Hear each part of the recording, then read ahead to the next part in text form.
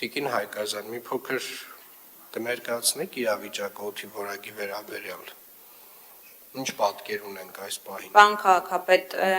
երեկվանից սկսած տարածաշրջան է ներթափանցել հյուսիսից քամի, որի արդյունքում տեսանելիորեն նաև մեր տվիչների 181 տվիչները ցույց են տալիս, որ օդի որակի զգալի բարելավում է տեղի ունեցել, զգալի այնքանով, որ համադրելի է ամառվա ցուցանիշների հետ։ Երեք առավոտյան կազմում էր 29, շուրջ մինչև 30, այսօր 65 և 8 PM 2.5-ի ցուցանիշը։ Միևնույն ժամանակ, երբ շարունակաբար ներկայացնում ենք օդի որակի մասին տեղեկատվություն և նշում ենք, որ այո և մարդածին և բնական ազդեցությունների հետևանք է տիրող իրավիճակը, նշեմ, որ առաջիկա ավականու նիստով, այսինքն չենք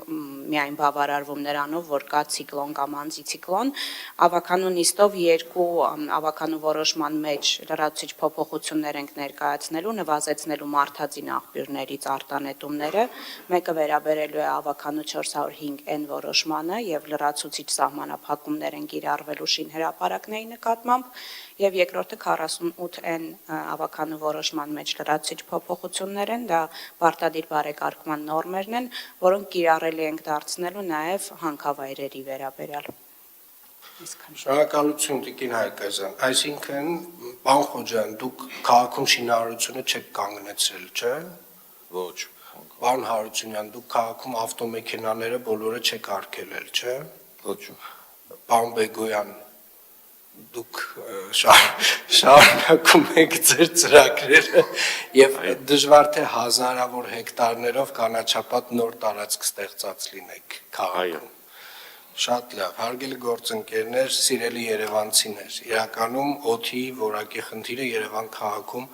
մեծապես պայմանավորված է օդի ինվերսիայով, բնակլիմայական պայմաններով և մեր աշխարհագրական դիրքով, բայց ինչպես ճիշտ Տիկին Հայկազյանը նշում է,